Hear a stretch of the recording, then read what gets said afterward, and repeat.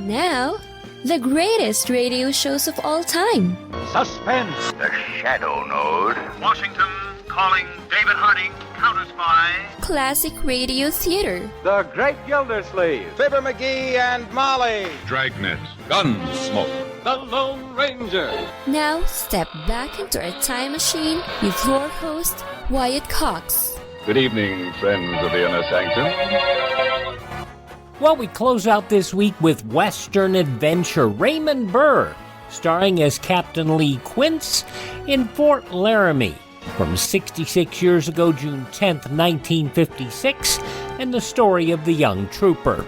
And we thank you for tuning in on this Friday, 10th day of June, 161st day of the year. We have 204 days remaining until we get to 2023. Bridget Bishop hanged at Gallows Hill near Salem, Massachusetts on this date in 1692 for certain detestable arts called witchcraft and sorceries. Captain James Cook ran aground on the Great Barrier Reef in 1770. California Republic declared independence from Mexico on this date in 1846. And in 1854, the first class of the U.S. Naval Academy students graduated. U.S. Marines landed on the island of Cuba in 1898 in the Spanish-American War. Dr. Robert Smith took his last drink on this date in 1935, and Alcoholic Anonymous was founded on that same date by Bill Wilson and Dr. Bob.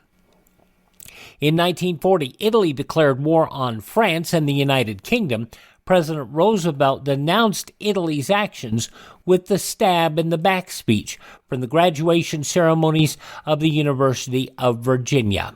The government of Italy has now chosen to preserve what it terms its freedom of action and to fulfill what it states are its promises to Germany.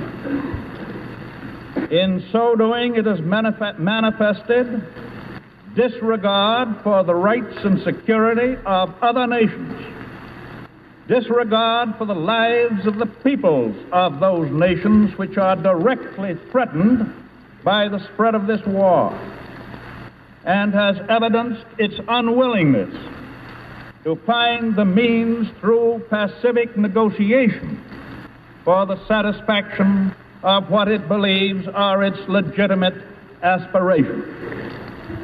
On this 10th day of June, 1940, the hand that held the dagger has struck it into the back of its neighbor.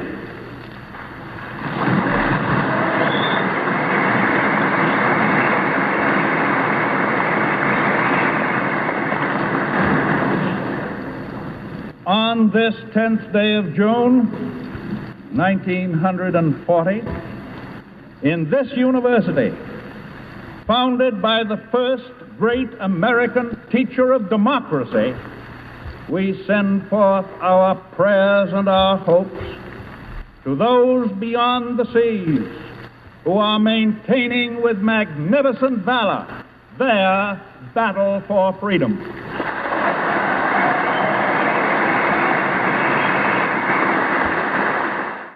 President Roosevelt giving the commencement address where the president's son was graduating with a law degree, but he changed the address at the last moment. It was also on this date in 1940, Canada declaring war on Italy and Norway surrendering to German forces in 1940. Now, in baseball in 1944, 15-year-old Joey Nuxall of the Cincinnati Reds became the youngest player ever in a major league game. Because of the war, of course. Australian imperial forces landed in Brunei Bay to liberate Brunei on this date in 1945. Saab produced its first automobile in 1947. Israel and Syria agreed to a ceasefire in the Six-Day War on this date in 1967. The grandson of billionaire J. Paul Getty kidnapped in Rome on this date in 1973. In 1977, Apple shipped its first Apple II personal computers. The fatal ambush on this date in 1992 of U.S. Army Humvee in Panama. That was on the eve of President George Herbert Walker Bush's visit to that country. NATO suspended airstrikes on this date in 1999 after Slobodan Milosevic agreed to withdraw Serbian forces from Kosovo. The Spirit rover launched on this date in 2003, beginning NASA's Mars Exploration Rover mission. Former The Voice contestant Christina Grimmie fatally shot in Orlando on this date in 2016 following a concert. She would die from her injuries at the age of 22. Passing away on this date, boxer Jack Johnson, actor Spencer Tracy, actor Michael Rennie, also producer Adolph Zukor, Mickey Harris of the Shirelles, author Louis L'Amour, gangster John Gotti, and Ray Charles, all passing away on this date in history. You remember Gone with the Wind? You remember Mammy? Hattie McDaniel, born on this date in history, as was composer Frederick Lowe of Lerner and Lowe fame. Actor Robert Cummings, born on this date. Saul Bellow, Seize the Day author, born on this date. British-born Canadian actor Barry Morse.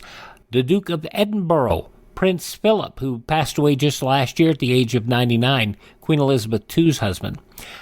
Musical actress Judy Garland, and celebrity attorney F. Lee Bailey, who passed away last year at the age of 87. All those folks born on this date in history. Another member of the Shirelles, Shirley Owens, is 81. Currently being seen on Riverdale on the CW network, Gina Gershon is 60. Elizabeth Hurley, you remember her from Four Weddings and a Funeral, Austin Powers, and Bedazzled. Elizabeth Hurley, 57. Singer Faith Evans is 49. Don Ho's daughter Hoku, who is now quite the singer at 41. From Mean Girls, Jonathan Bennett is 41, and model Kate Upton is 30. Those are a few of the people who celebrate the 10th day of June as their birthday. And if this happens to be your birthday... Hi, we're the Four Freshmen, and we just want to say, Happy birthday to you! We go back 66 years to June 10th, 1956. We go back 66 years to June 10th, for an episode of Fort-Laramie starring Raymond Burr. For an episode of Fort-Laramie starring Raymond Burr. Classic Radio Theater with Wyatt Cox. On Classic Radio Theater with Wyatt Cox. You ever make a change and then think, why didn't I do this years ago? Well, that's how people feel about switching to Medishare for their health care, especially now with inflation the way it is. People are very happy with the savings. Most families save about $500 a month when they switch.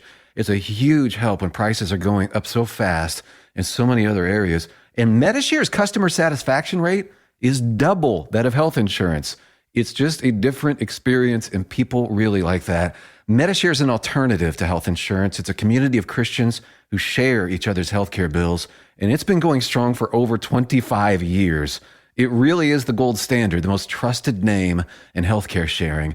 Find out why people love it, find out why they rave about the customer service, and find out how good it feels to save some money right now. They're super easy to talk to. Here's the number, 833-34-BIBLE. That's 833-34-BIBLE, 833-34-BIBLE.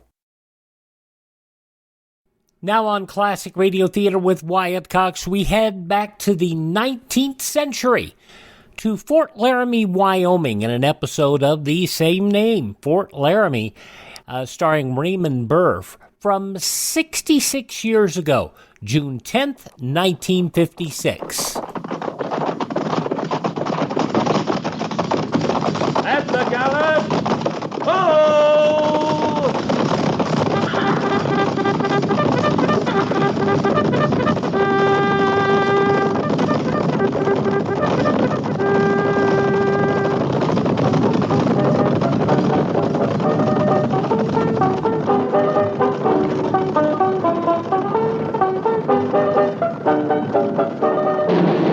Fort Laramie.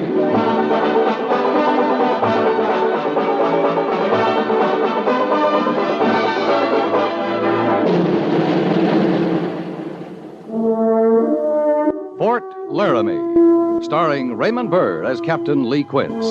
Specially transcribed tales of the dark and tragic ground of the wild frontier. the saga of fighting men who rode the rim of empire, and the dramatic story of Lee Quince, Captain of Cavalry.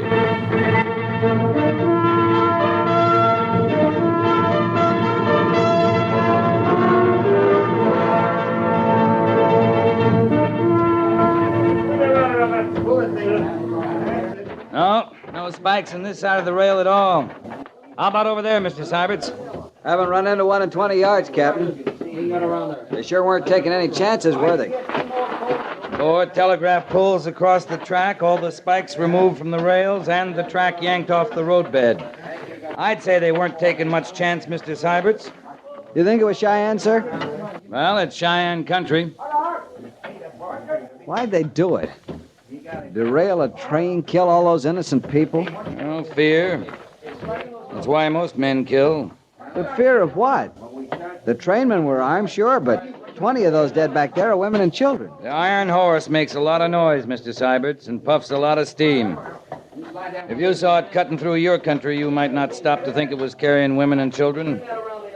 They must think it'll discourage folks from coming west on the railroads. If I was standing in the Omaha station waiting to board a train, it might discourage me. Not you, Captain. Things don't seem to bother you. What things? 20 women and children dead, you didn't bat an eye. It's a lot of death all piled together. Any death is a lot of death, Mr. Syberts. You've seen more than I have. Maybe you've gotten used to it. We've a job of burying to do back there. Sir, I can't go back just yet. Doesn't get any better waiting, nor any easier. People die or they get killed. Either way, they got to be buried. Yes, sir. And the train's got to be set right on the tracks where it belongs, and the tracks got to be laid again and spiked so the next train will stand a chance of getting through. Captain, would they have stood a better chance if the Army had been riding with them? Wouldn't that make it safer? Mr. Syberts, this train was derailed by Indians. It wasn't attacked. Nobody was massacred. If half a troop was riding with them, we'd be burying them. I guess you're right. It's just not easy, is it? What drew you to the Army, Mr. Syberts? The uniform? Sergeant Gorse has the first car righted, sir. Yes, I see he has.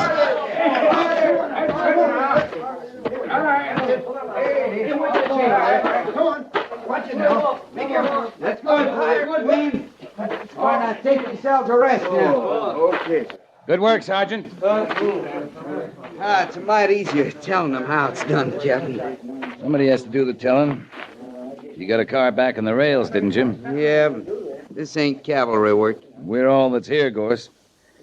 You think you got them all out before you set that car right? There's no way of telling that, Captain, till we look and see. If it's all right with you, sir, I'll board that car and see if we got all the dead. It's all right with me, Mr. Syberts. If you need a hand, Lieutenant... If I do, I'll call for it, Sergeant. Yes, sir. Well, guess there'll be no way of telling when this happened. Not from the bodies. They've been stiff as old hides ever since we come on them. 6 or 8 were thrown clear, isn't that right? Clear. Just as dead, but clear. Get our mounts, Sergeant. We're going to take a little ride. Yes, sir. And see if the telegrapher's got a reply yet from Union Pacific. Yes, sir.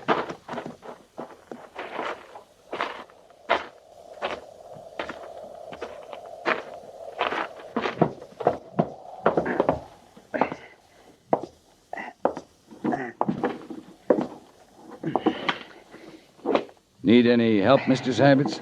Not a bit, sir. How many did you find? 3 so far. I'm leaving you in charge, Mr. Syberts. Sergeant Gorse and I are going to take a little ride. If anyone lived through this, they might have made it to one of the settlers. How could anyone live through this? I don't know. You want to come along and find out? I got a job to do here, Captain. That's right, Mr. Syberts. You have. Well,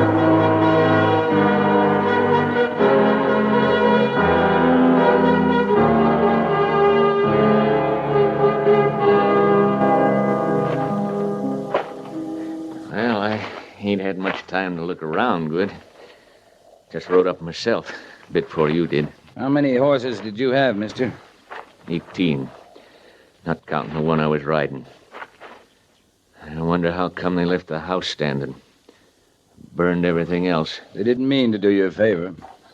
I'm sure of that. I thought you Army boys had them Cheyenne cooped up in the reservation. Most of them. Not all of them. That's not good enough. Not near good enough. Nobody in the house, Captain. I could have told you that. Nobody here at all. Took my woman down to Crow Creek near a week ago now. Just come back. You left your stock untended all week?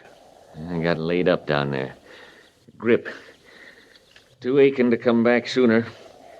Besides, I spoke to Nate before I left. He said he'd mind them for me. Who's Nate? Neighbor. Over the rise there. Nate Cotter. Farms a little, keeps stock like me. Said he'd mind them for me. I done it for him. Could be he run your horses over there to feed. No. No, this is Indian work. Like that train you told me about. You used to trouble with the Cheyenne? Yeah. Ever since the railroad. It was peaceful enough before they had to lay that track and send them steam engines puffing across the land, scaring the stock, scaring Indians, too. They don't like 'em. Iron horses. They don't like 'em at all. Mister, we're burying near 30 dead that says they don't like 'em. Yeah. Well, I got work to do. Thinking. I can't help you none. We got a camp back near the railroad. You're welcome to come with us. Leave my land? Good Lord, man. That's all I got left. No, I ain't leaving. The Cotter place just over the rise? Yeah. 2 miles, 3. They're my neighbors. Nate and his missus.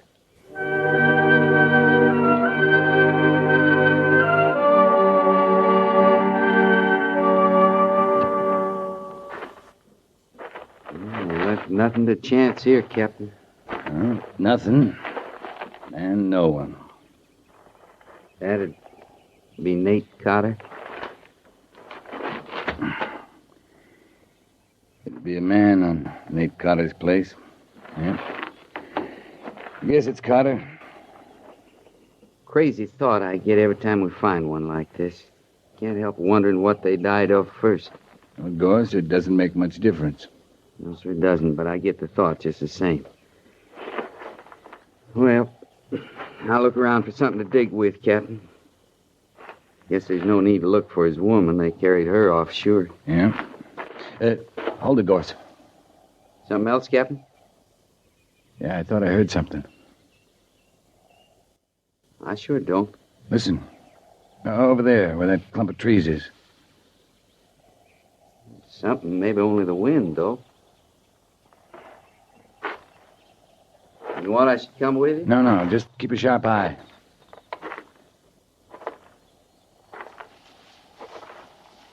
Don't shoot me, mister. Come out in the clearing where I can see you.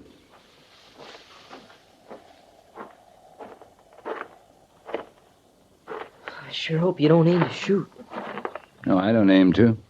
Much obliged, sir. What's your name, boy? Jed? You belong here, Jed? It don't feel like it. It sure don't. How long you been here? Seems like a long time, mister. A long time. No cause to be afraid now, Jed. It's over. The burning, everything. It's all over. Yes, sir. I see it is. Where's he from, Captain? Just the trees, that's all. I ain't done nothing. You better come back to camp with us, Jed. Some hot food, a cot. You'll feel a sight better. You're Army folks, ain't you? Yeah. This is Sergeant Gorse. I'm Captain Quince. Hello, boy. My pa was a sergeant. Was he? You got somebody laying dead over there, Captain? Yeah. You got a ma, Jed? Sure. I got a ma. You better come with us, boy. There's nothing for you here. There sure ain't. There sure ain't nothing.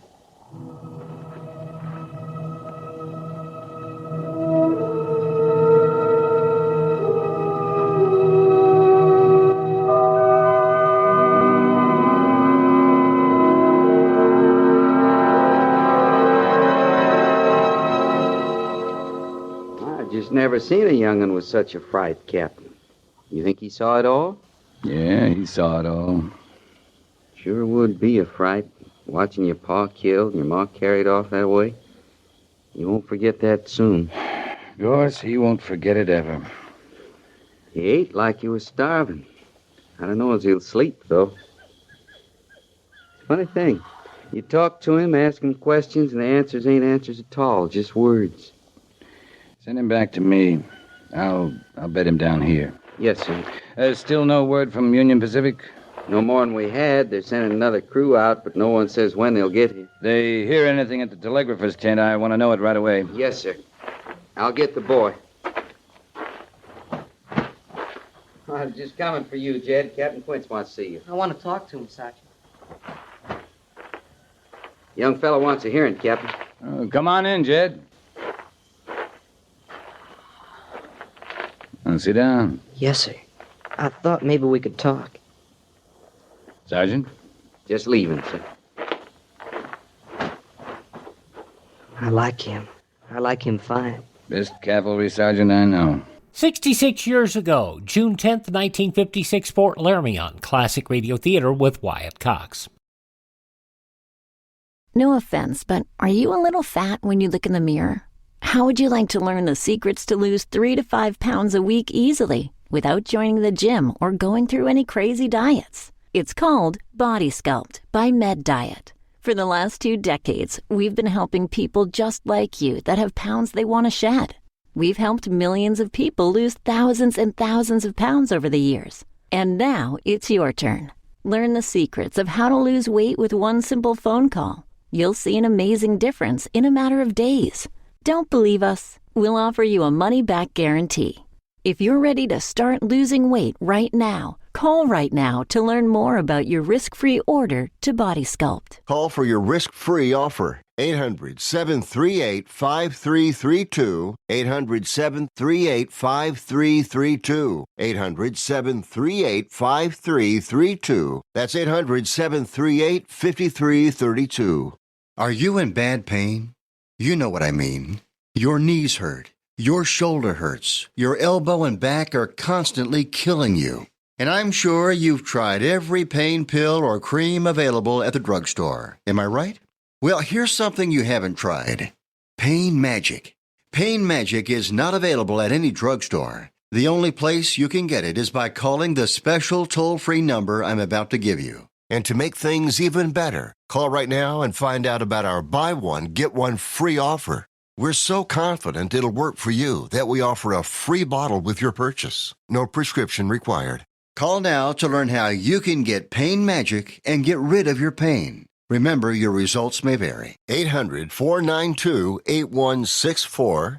800-492-8164. 800-492-8164. That's 800-492-8164.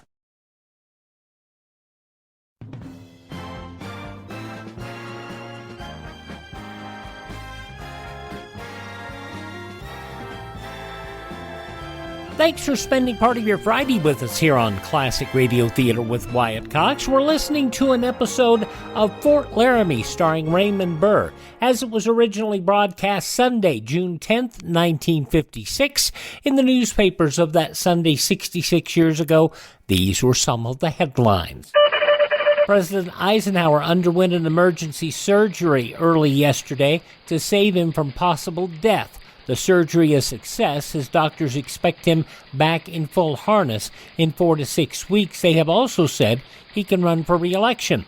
The president's doctors reported at mid-afternoon his condition is excellent, and they expect him to make a rapid and complete recovery.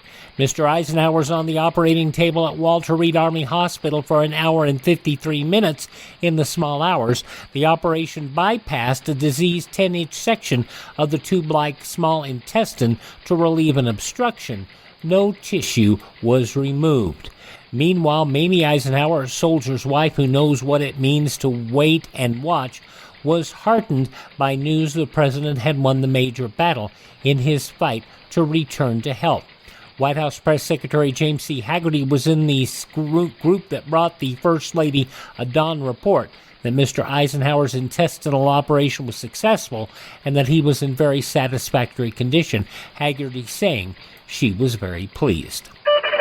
Governor Averell Harriman tossed his hat into the air today and announced he is an active candidate for the Democratic presidential nomination. Until now, an inactive candidate, Harriman literally threw his size 7 1/4 hat into the political ring in a speech at a hat maker's convention. He tossed a gray fedora 10 feet up and declared, "I want to say to you, this hat is in the ring. You gave me this hat, and I want to tell you nobody is going to take it away from me." The House Committee on Un-American Activity said today it had obtained documents showing that the Communist Party in the U.S. plans to transfer its actual party power underground. The committee said the Reds plan to strengthen their legal party organization as a facade, but put actual control of communist activities into the hands of little-known underground leaders. Known Communist Party members will be kept in the open party according to the plans, the committee said, and those not identified openly as communists will staff the underground apparatus. Air Force leaders have asked Congress for a radical change in pay to halt losses of thousands of young officer pilots and skilled airman technicians.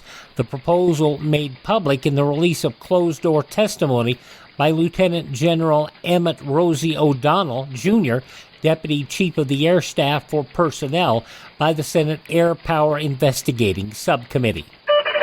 Reports circulating in Moscow today said Marshal Georgy Zhukov, the Soviet defense minister, is ill. Government spokesman declined to comment. Informants who claim to know said Zhukov is not seriously ill. Secretary of State John Foster Dulles today cautioned the American people against trying to buy security at bargain counter prices.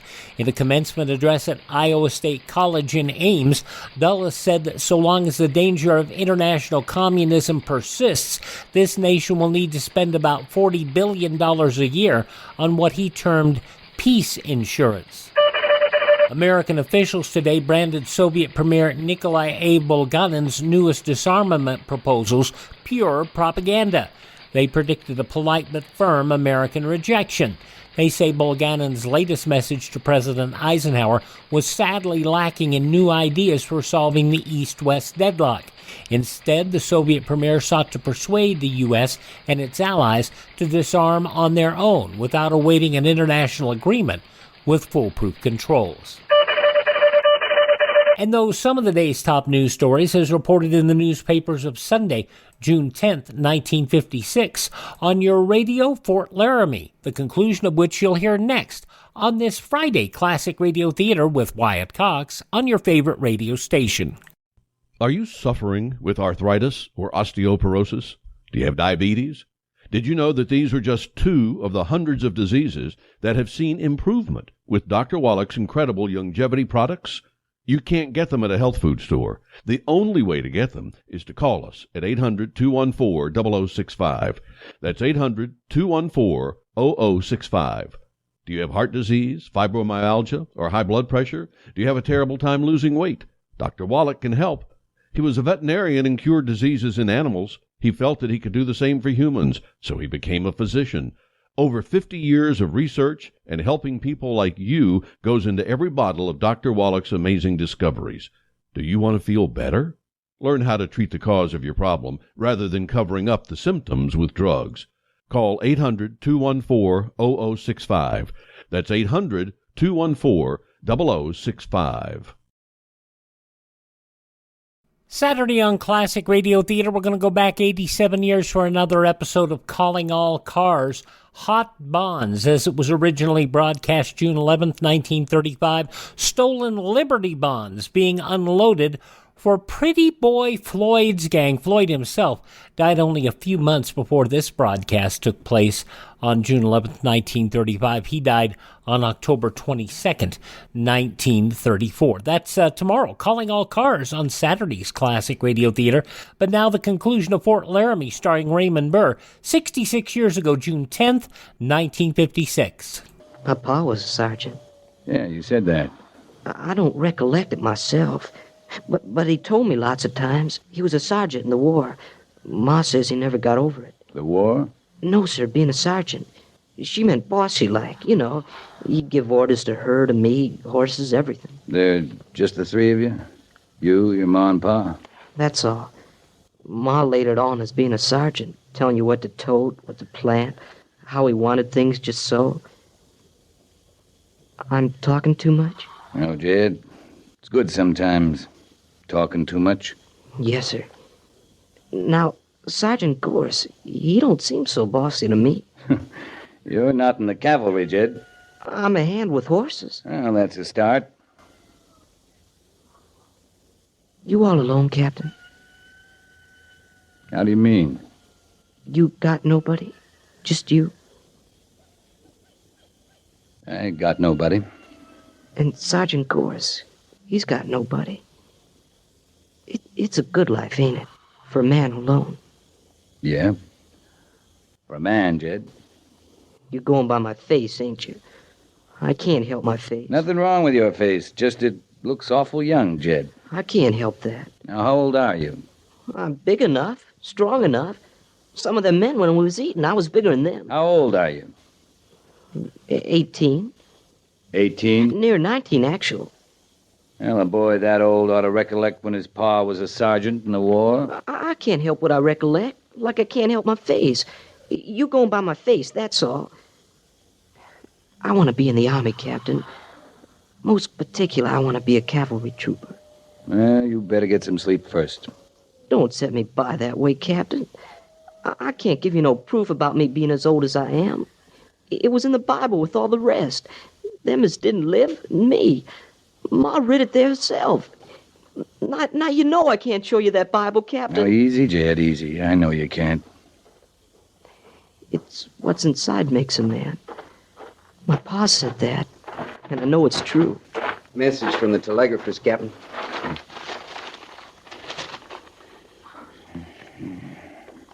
From Major Daggett, Sergeant. He's sending laborers and our replacements down from Fort Laramie. As soon as we were relieved, our orders are to return to the fort. Yes, sir. That might be sundown tomorrow, so pass the word. Yes, sir.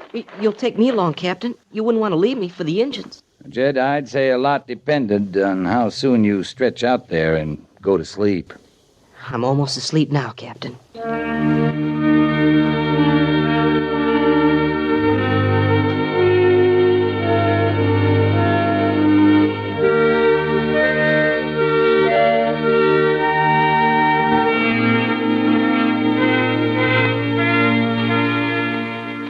We just had some idea of how many Cheyenne we're up against. A few of them could have done it all. Doesn't take many to derail a train, pull the spikes out of track. A few good riders can run horses off a ranch, fire another, kill a settler, carry off a woman.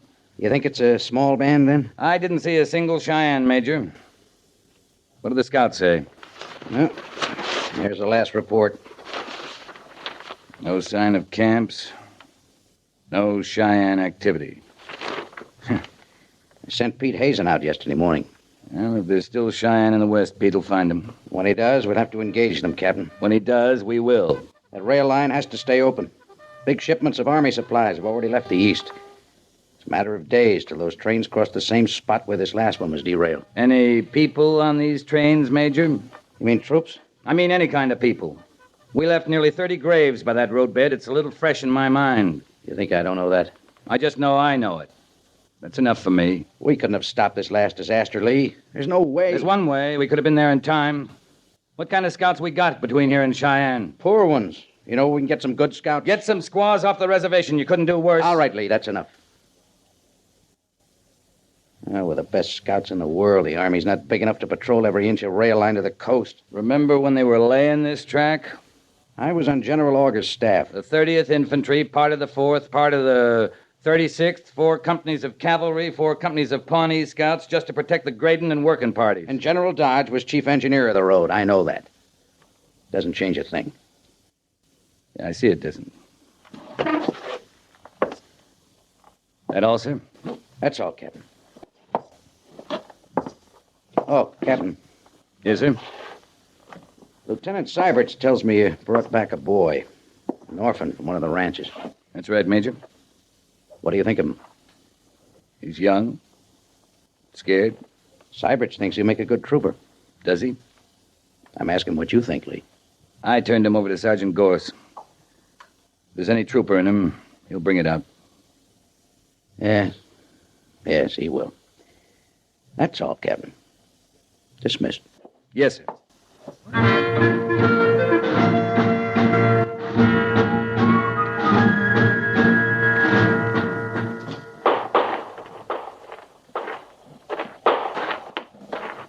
You come closer, Captain, you get a real eyeful. Jed's a good shot, is he? Haven't fooled him yet. Started him on sidearm. Worked up through Springfield, Spencer's. And with a Henry rifle, he just might stand off sitting bull in the whole crowd. He's high on himself about horses. How is he there? Well, horses he knows. Cavalry saddles or something else again. Well, he's bright enough, Jed is. He'll master saddling and unsaddling. He's a boy, Gorse. He's just a boy. Why, he claims he's near 19. He's a boy. You know he is. It's hard to tell what's boy and what's the shock of what he's been through. Well, that's a fact. Gorse, you get him a uniform issue? Well, not me, Captain. Lieutenant Syberts. You didn't know? Of course I didn't know. Well, Captain Quince, he was swore in this morning. That Jed's in the Army now.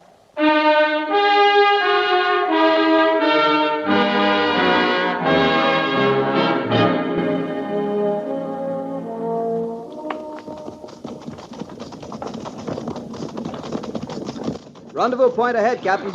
Right, Mr. Syberts. Just a quiet ride so far, sir. If Captain Meade's infantry is camped on Old Woman Creek, we'll be able to attack tonight. Is that your plan, Mr. Syberts? Well, not my plan, sir. I thought we could surprise them, and if we could, it would be good, that's all. If we can surprise them, it'll be good. Yes, sir. You know this country, Mr. Syberts? Not this part of it, sir. Make out those foothills just ahead? Yes, sir. Full of rocks and crags. Maybe Cheyenne. Those hills are between us and Meade's infantry. But the scouts report put the Cheyenne on the other side of Old Woman Creek. Well, what I mean is they're not supposed to be in those foothills. I hope the Cheyenne know that, Mr. Syberts. Yes, sir. One thing, Captain, this will be a good experience for our young trooper. You mean Jed? His first go at Indian fighting. He's learned a lot, but he's awful green yet. You know, inexperienced. I know about inexperience. Jed's something else, Mr. Syberts. He's a boy. Just a boy. Cheyenne ahead, Captain. Breaking out of them foothills and making straight for us. Left front in the line. Left front in the line. At the gallop. At the gallop. Follow!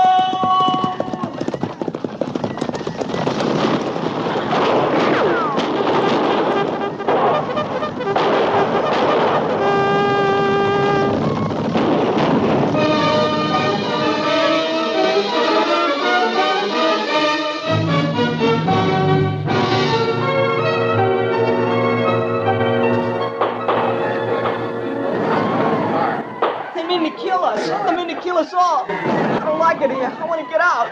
But you can sit around these rocks you want. Man your rifle and shut up, trooper. No, sir, I ain't going to take that up again. I ain't shooting. I ain't going to get shot at. Not anymore. It ain't right. You're all right, Jed. Just keep quiet. You're all right. There's dead around, all around. That's quiet enough. I ain't keeping quiet. I'm talking so I can hear I'm still alive. I said shut up, trooper. You go right ahead and kill me, you wanna. But I gotta talk. Can't you see? All I got is talk. I gotta hear I'm still alive. Oh, shut up. Captain Quince.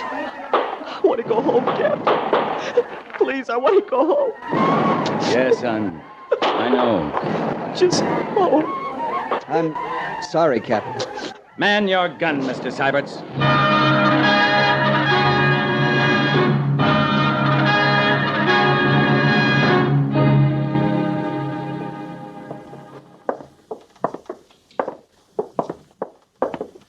She's here? Right here in the hospital? Mama? Yeah. Another couple of doors, Jed. But I thought... I don't rightly know how she got here, Captain. Well, a couple of Cheyenne braves brought her, thinking to collect a reward. Injuns? Had my ma? Oh, she'll be all right. No cause to worry. You want me to go in first, Jed? Or you rather go in alone? You You first, Captain.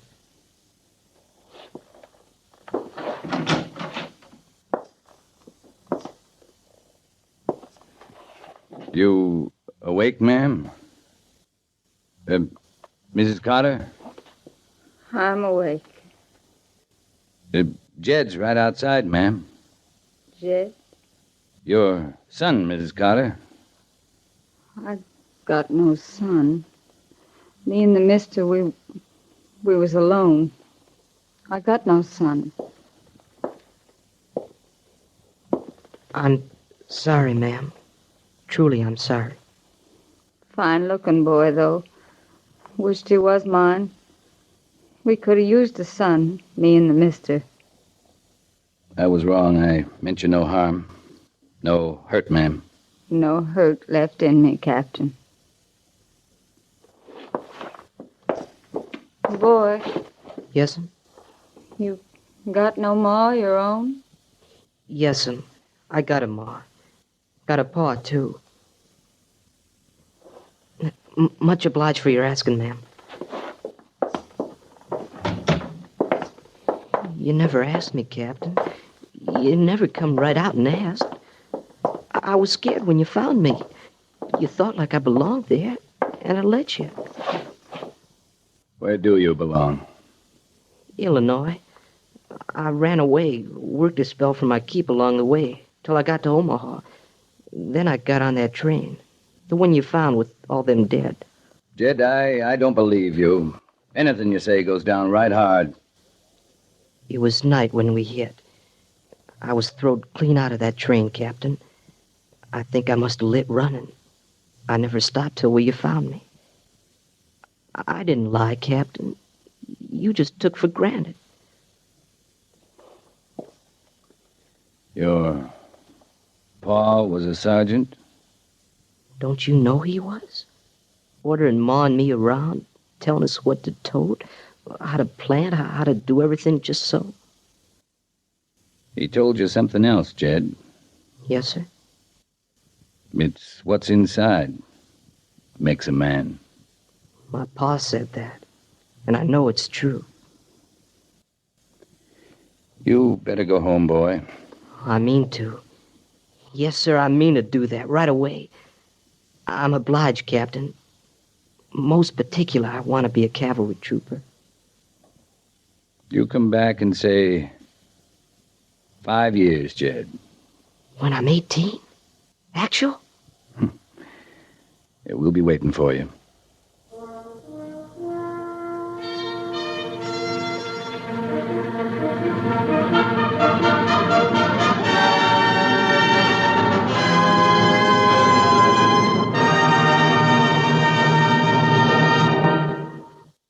Fort-Laramie is produced and directed by Norman MacDonald and stars Raymond Burr as Lee Quince, Captain of Cavalry, with Vic Perrin as Sergeant Gorse. The script was specially written for Fort-Laramie by Kathleen Height, with sound patterns by Bill James and Ray Kemper. Musical supervision by Amerigo Marino. Featured in the cast were Jack Moyles and Harry Bartell, with Jeffrey Silver, Frank Cady, and Eve McVeigh.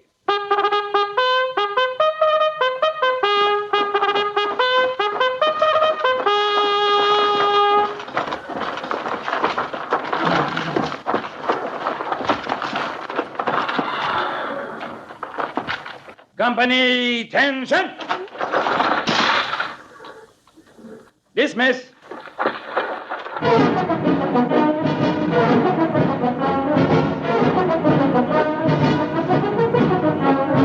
Next week, another transcribed story of the Northwest frontier and the troopers who fought under Lee Quince, Captain of Cavalry.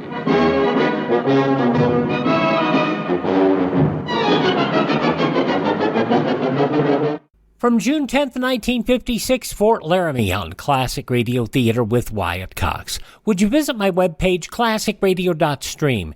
There you can stream our shows on demand. You can learn more about classic radio collecting. You can find all of our sources for the podcast in addition to our source on our webpage. You can contact me and find all of our social media links there as well. And you can also, if you like the show, buy me a copy. That'd be greatly appreciated. Anyway, thank you so much for joining us. Thank this station. Support the advertisers. Tell your friends that great radio shows are right here at this spot on the dial.